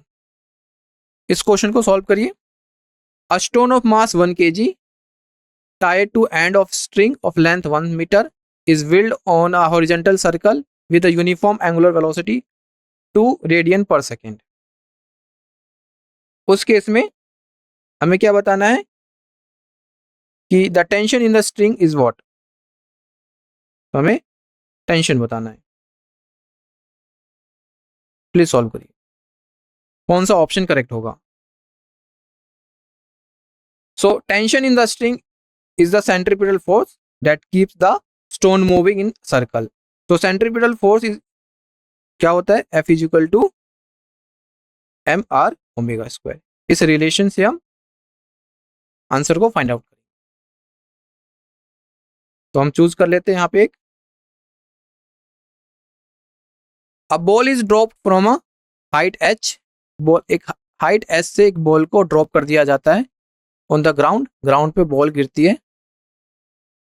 If the coefficient of restitution is e, the height to which the ball goes up after it rebounds for nth time what? तो यहाँ पे आपको बताना है कि जो बॉल रिबाउंड करेगी मतलब इस पे ग्राउंड पे हिट करने के बाद कितने टाइम वो रिबाउंड करेगी। Please solve this question. कौन सा ऑप्शन करेक्ट होगा? तो सबसे पहले हम वेलोसिटी कैलकुलेट करेंगे जो होगा v is equal to under root 2gh। इससे हम आंसर को फाइंड आउट करेंगे। तो हम एक ऑप्शन चूज कर लेते हैं। A car of mass 1000 kg negotiate a bank curve of radius 90 metre. Radius 90 metre given है on a frictionless road. If the banking angles of 45 degree the speed of the car is what. यहाँ पे हमें car की speed को बताना है। तो banking of road में क्या केस होता है? tan theta is equal to v square divided by rg। So tan angle कितना है? 45 डिग्री। तो 45 degree is equal to v square. r की वैल्यू है हमारे पास 90 एंड g की वैल्यू है 10। जब आप इसको सॉल्व करेंगे तो v की वैल्यू जो आएगी 30 मीटर पर सेकेंड। कौन सा ऑप्शन करेक्ट होगा? 30 metre per second.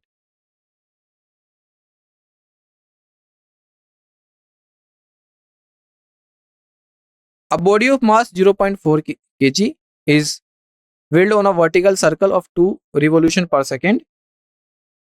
If the radius of the circle is 1.2 meter, then the tension in the string when the body is at the top on the circle is what? So, यहाँ पे जो value आएगी हमारे पास वो क्या आएगी वो बताइए। टेंशन कितनी होगी? हम जानते हैं v इक्वल टू क्या होता है? Omega R. तो ओमेगा एंड आर की वैल्यू को पुट करेंगे तो ये क्या जाएगा हमारे पास? 15.07 मीटर पर सेकेंड। तो हमसे यहाँ पे टेंशन पूछा है। तो tension in the string when the body is at the top of the circle, उस केस में क्या होगा? mv square divided bye r minus mg। तो गिवन टर्म्स को पुट करने पर यह आ जाता है हमारे पास 75.70 माइनस 9.392। तो सॉल्व करेंगे तो आपके पास आएगा 71.78 न्यूटन। तो कौन सा ऑप्शन करेक्ट होगा? Last question. Physical independence of the force is a consequences of what. So force जो है फिजिकल इंडिपेंडेंस बताना है कौन से लॉ ऑफ मोशन का कॉन्सिक्वेंसेस है। Third law of motion, second law of motion, first law of motion, all of these. ये theoretical question है, प्लीज बताइए। सो Newton's first law of motion is related to physical independence of force. If no net force acts on a body, अगर body पे कोई net force नहीं है उस case में velocity of body can not be change, तो body की velocity change नहीं होती, so then body can not accelerate, body accelerate नहीं होगी, इसका मतलब क्या है, फर्स्ट लॉ ऑफ मोशन। अब हम इसके सॉल्यूशन पार्ट को देखते हैं, हमने सभी क्वेश्चंस को अटेम्प्ट कर लिया है। सो पहला question, 10,000 small balls each weighing 1 gram strikes on square centimeter 1 square centimeter of area per second with a velocity 100 meter per second in a normal direction and rebound with the same velocity. The value of the pressure on the surface will be what? So हमें यहाँ पे pressure निकालना है, तो हम जानते हैं formula P is equal to what, force upon area. सबसे पहले फोर्स कैलकुलेट करते हैं देन एरिया। तो फोर्स क्या होगा हमारे पास, सब उससे पहले मोमेंटम कैलकुलेट करते हैं, F final is equal to mass into velocity, तो change in momentum, initial moment final momentum minus initial momentum and that is -2mv। सो यहाँ पे नंबर ऑफ बॉल्स कितने दिए गए, 10,000, तो चेंज इन मोमेंटम कितना होगा, -20,000, दिस वन -20,000। सो m की वैल्यू को सब्सटीट्यूट करेंगे और v की वैल्यू को सब्सटीट्यूट करेंगे, तो ये टर्म आ जाएगा हमारे पास f is equal to -20,000 multiply with 0.01 into 100, तो ये आ जाएगा -2000 न्यूटन। जो नेगेटिव साइन है, negative sign indicates the direction of the force is opposite so that the incoming balls, but we are interested in the magnitude for pressure calculation. f की value क्या आएगी, this one. तो f हमने calculate कर लिया है और area हमें पता है, दिस वन, क्योंकि एरिया के लिए जो टर्म्स है वो गिवन है क्वेश्चन में, तो एरिया आ गया हमारे पास 1 × 10⁻⁻⁴। जब आप इसे सॉल्व करेंगे तो प्रेशर क्या आ जाएगा, 2 × 10⁻7 पास्कल। और अगर हम दूसरे यूनिट में बात करें तो आ जाएगा हमारे पास 2 × 10⁻7 न्यूटन पर मीटर स्क्वायर। सेकंड का आंसर देखते हैं। A plumb bob is hanging from the ceiling of the car if the car move with acceleration alpha and the angle made by the string is with vertical is what, acceleration alpha or we can say a, both are correct। उस case में क्या होगा, तो in that scenario two primary forces are considered। पहला gravitational force mg acting vertically downward, दूसरा pseudo force ma acts horizontally opposed to the direction of acceleration alpha due to the acceleration of the car। So vertical component t cos theta which is equal to mg and horizontal component t sin theta which is equal to mg। तो tan theta क्या होगा हमारे पास, horizontal force divided by vertical force, ma divided by mg is equal to a by g। यहाँ पे acceleration को हम alpha से भी डिनोट कर रहे हैं, तो क्या आ जाएगा थीटा, tan इनवर्स थीटा क्या आएगा हमारे पास, tan inverse a by g। So A option is correct. In a physical balance working on the principle of moments, when 5 mg weights is placed on the left pane, the beam becomes horizontal. Both the empty panes of the balance are equal mass. Which of the following statements is correct?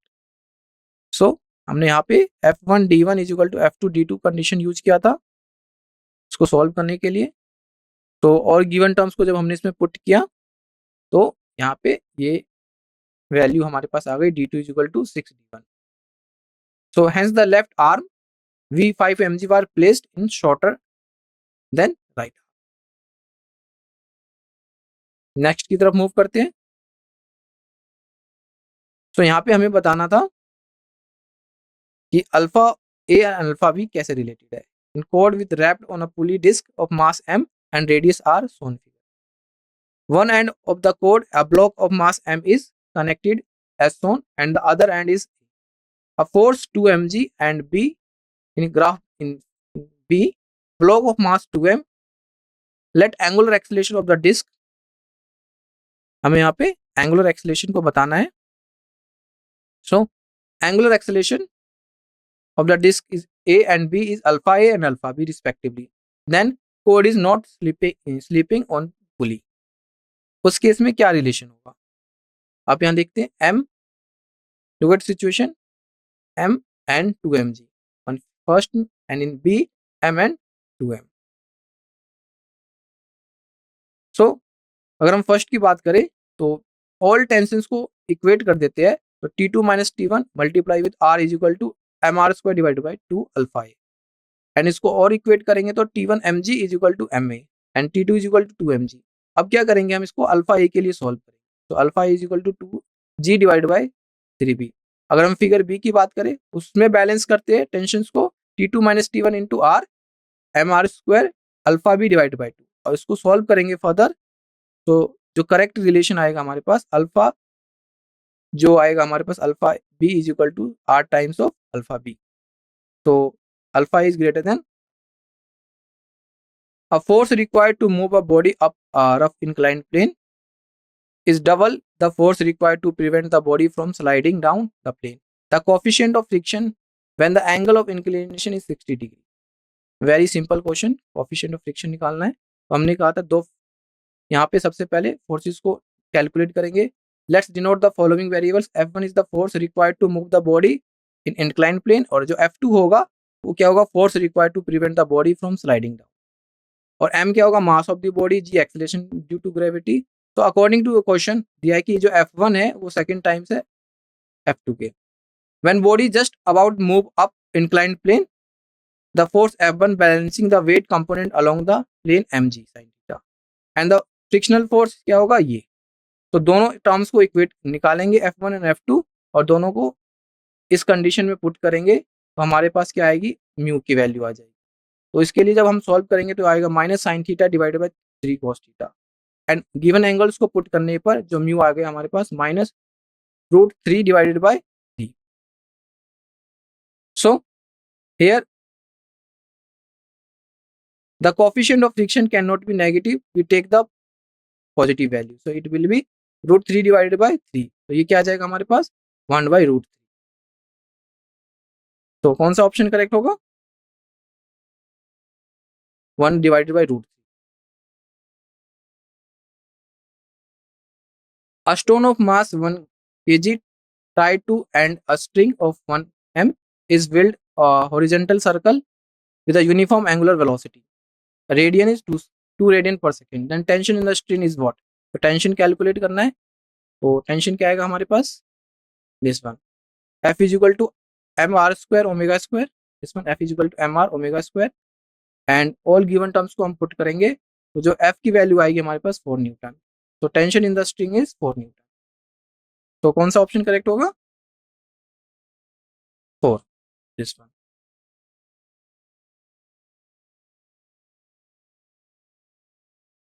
A ball is dropped from a height h on the ground. Ball को h height से drop किया जाता है और coefficient of restitution e है. The height to which ball goes after up after it rebounds to N time is what. तो इस case में क्या होगा हम सबसे पहले वेलोसिटी को फाइंड आउट करेंगे जो है v is equal to √2gh. After the collision the ball rebounds with the velocity e into v. Collision के बाद जो रिबाउंड होगी उस केस में जो वेलोसिटी वो क्या होगी e into v because of the coefficient of restitution is the ratio of final and initial velocity. Then height to which the ball rebounds is given by the equation this. जब इसको आप solve करेंगे h prime आएगा e² into h. सो हमें find करना था कि जो hn आएगा वो क्या आएगा. तो hn की जो वैल्यू है इसकी वैल्यू आप पुट करेंगे e² h देन जो आएगी हमारे पास h इंटू e की पावर 2 है. This one h into e की power 2. Next question. A car of mass 1000 kg negotiate a banked curve of radius 90 meter on a frictionless road. If the banking angle is 45 degree the speed of car is what, हमें car की speed को बताना है, तो कौन सा होगा, this one. tan theta is equal to V square by R G, तो v की वैल्यू क्या आ जाएगी 30 मीटर पर सेकेंड, ये हमने सॉल्व किया था।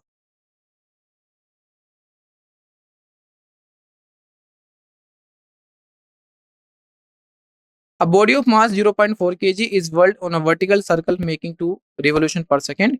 If the radius of circle is 1.2 meter, then tension in the string of the body at the top of the circle is what? यहाँ पे हमें टेंशन बताना है कि टेंशन कितना होगा। तो सबसे पहले हम क्या करेंगे, v को कैलकुलेट करेंगे जो है 15.07 मीटर पर सेकेंड। उसके बाद tension in the string when the body is at the top of the circle, उस केस में क्या होगा mv square divided by r minus mg, and put all given terms को पुट कर देंगे तो हमारे पास जो वैल्यू निकल के आएगी 71.78 Newton. So this is just mathematical calculations using the formulas. Physical independence of the force is a consequences of first law of motion. क्योंकि यहाँ पे हम जानते हैं कि जो वेलोसिटी ऑफ द बॉडी होती है वो चेंज नहीं होगी। अब हम प्रीवियस ईयर क्वेश्चन सॉल्व करेंगे लॉज ऑफ मोशन पर बेस्ड जो है। तो first question, a car is negotiating a curb road of radius r and bank road with angle theta. The coefficient of friction between the tires of the car and the ratio and the road is mu s. The maximum safe velocity is what? तो यहाँ पे हमने maximum safe velocity find out करना है। ये अभी हमने थोड़ी देर पहले थ्योरी में पढ़ा था, मैक्सिमम सेफ वेलोसिटी का फॉर्मूला। सो कौन सा ऑप्शन करेक्ट होगा, सॉल्व करिए। A block is pushed momentarily along horizontal surface with initial velocity v. If mu is the coefficient of sliding friction between b and the surface of block b will come to rest after time what? तो यहाँ पे हमें time find out करना है। तो हम कैसे find करेंगे, f is equal to mu M G, formula हम जानते हैं, और a इज इक्वल टू क्या होता है f बाई एम। इन दोनों रिलेशन का यूज करके हम आंसर को फाइंड करेंगे। कौन सा ऑप्शन करेक्ट होगा। A block of mass 10 kg is in contact against the inner wall of the hollow cylindrical drum of radius 1 meter. The coefficient of friction between the block and the inner wall of the cylinder is 0.1. The minimum angular velocity needed for a cylinder to keep the block stationary when the cylinder is vertical and rotating about its axis. उस case में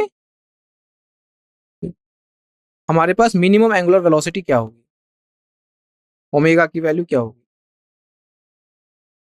formula क्या होता है omega का, omega is equal to under root G divided by are.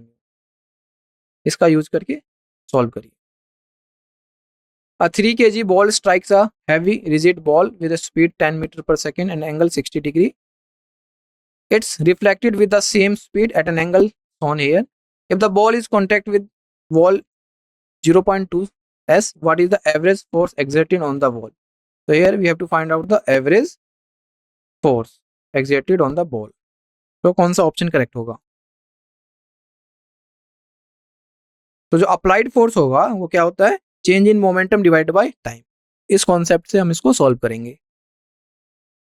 A particle moves along a circle of radius this one with a constant tangential acceleration. The velocity of the particle is 80 meter per second. The end of the second revolution of after motion has begun. The tangential acceleration is what? Tangential acceleration क्या होगा। So tangential acceleration कैसे find करेंगे, omega F is equal to क्या होता है v by R. Solve करिए question को।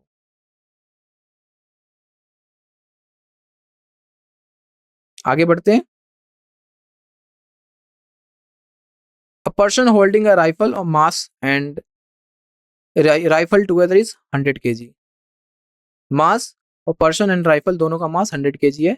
Stands on a smooth surface and fires 10 shots horizontally in 5 seconds. Each bullet has mass 10 gram with muzzle velocity 800 meter per second. The final velocity acquired by the person and the average force exerted on the person are what? So कौन सा option correct होगा। तो हम एक choose करते हैं।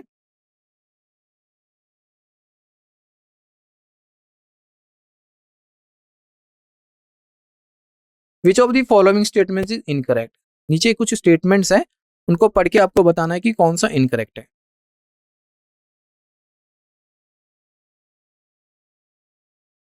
ए, B, सी और D, कौन सा इनकरेक्ट है? A mass M is attached to a thin wire and filled in a vertical circle. The wire is most likely to be break when, कब होगा वो आपको बताना है। तो कौन सा ऑप्शन करेक्ट होगा?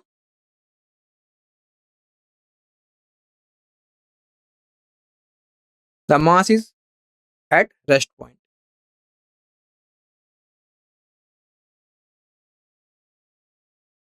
Body A of mass 4m moving with speed u collides with another body B of mass 2m at rest. The collision is head-on and elastic in nature. There is no loss in energy. After the collision, the fraction of energy lost by colliding bodies A is what?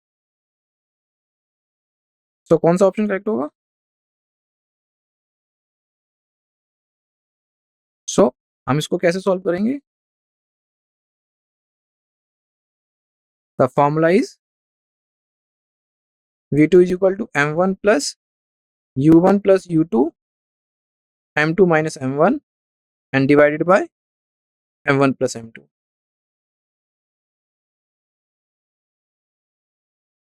Last question. The speed of a swimmer in a still water is 20 meter per second. The speed of river is 10 meter per second and flowing due east. If he is standing on the smooth bank and wishes to cross the river along the shortest path, the angle at which should make his strokes with respect to north given by what? तो हमें यहाँ पे angle को find out करना है। So we know Vm sin theta is equal to Vr. तो कौन सा ऑप्शन करेक्ट होगा? हमने यहाँ पे सारे क्वेश्चंस को अटेम्प्ट कर लिया है। अब हम इसको सबमिट सेव करके सबमिट करते हैं और देखते हैं इसके सॉल्यूशंस को।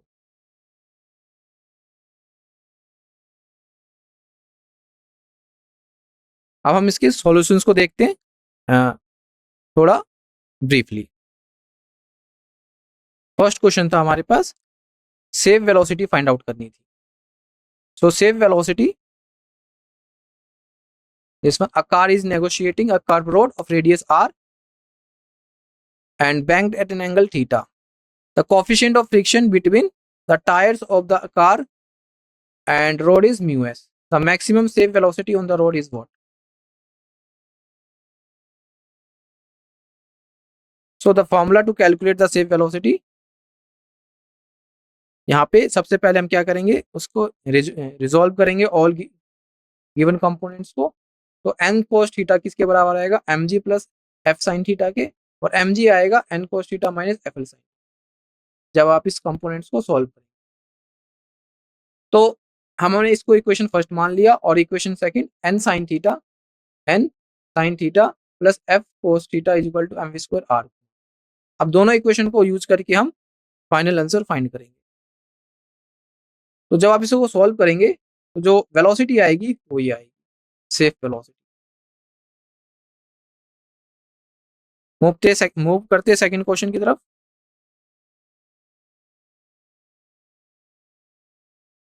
A block is pushed momentarily. Block B is pushed momentarily along the horizontal surface with initial velocity v. If mu is the coefficient of sliding friction between B and surface, block B will come to rest after a time. तो यहाँ पे हमें time calculate करना है। तो we know F is equal to what? F is equal to mu mg। A क्या आ जाएगा? म्यू mg, क्योंकि A क्या होता है? F बाई m, और हम इक्वेशन ऑफ मोशन यूज करेंगे v is equal to a plus T. T की वैल्यू आ जाएगी v divided by mg। Is a very simple question. A block of mass 10 kg is in contact against the inner wall of a hollow cylindrical drum of radius 1 m. The coefficient of friction between the block and the inner wall of the cylinder is 0.1. The minimum angular velocity needed for the cylinder to keep the stationary and when the cylinder vertical rotating about its axis. उस case में जो velocity minimum angular velocity आएगी वो क्या होगी, this one. Given terms हैं हमारे पास, उसके बाद वी मिनिमम और इक्विलिब्रियम कंडीशन में F L is greater than M G and mu N is greater than M ji.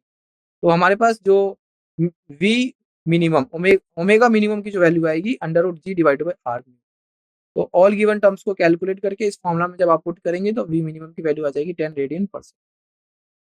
A 3 kg ball strikes heavy rigid ball with speed 10 meter per second at an angle 60 degree. It gets reflected with the same speed as angle shown here. If the ball is in contact with the ball for 20 seconds, with what the average force exerted on the, तो हमें यहाँ पे average force calculate करना है।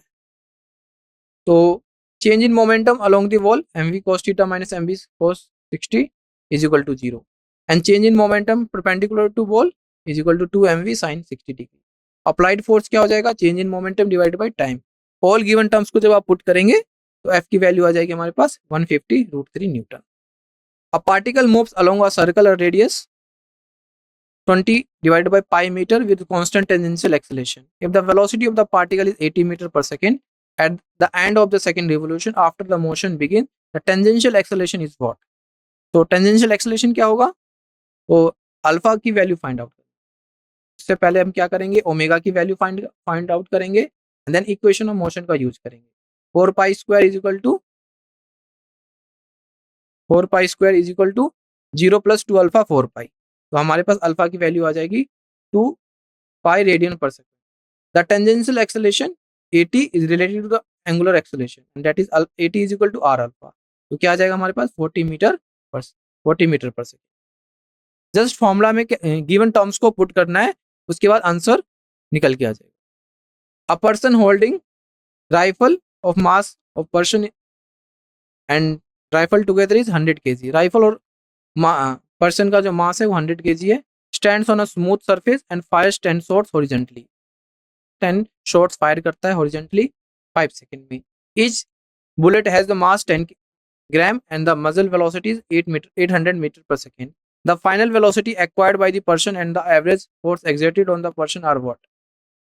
तो कौन सा option correct होगा इसके लिए, तो सबसे पहले हम कैलकुलेट करेंगे वेलोसिटी। तो वेलोसिटी के लिए according to the conservation of linear momentum, तो that is v is equal to minus 0.8 metre per second. यहाँ पे कंजर्वेशन ऑफ मोमेंटम लगा दिया हमने। और उसके बाद हमें फोर्स कैलकुलेट करना है, तो वर्क डन क्या होता है, average work done is equal to change in kinetic energy. तो उसके तो ये आ जाएगा हमारे पास F into S is equal to half mv² and given terms को पुट करके जो एवरेज हमारे पास फोर्स आएगा वो आएगा 8 Newton. Which one of the following statement is incorrect. तो हमें यहाँ पे इनकरेक्ट स्टेटमेंट बताना है। Coefficient of sliding friction has dimension of length. Coefficient of friction का यहाँ पे बोल रहा है कि डायमेंशन जो होता है वो लेंथ का होता है, पर ये सत्य नहीं है।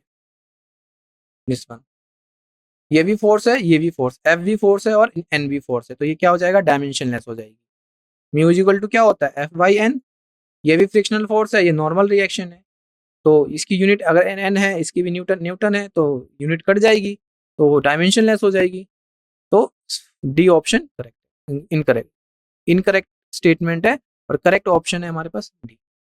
अ mass m is attached to a thin wire and wheeled on a vertical circle. The were most likely break when, but the mass is at the lowest point. जब मास क्या होगा, लोएस्ट पॉइंट होगा उस केस में। 9th question,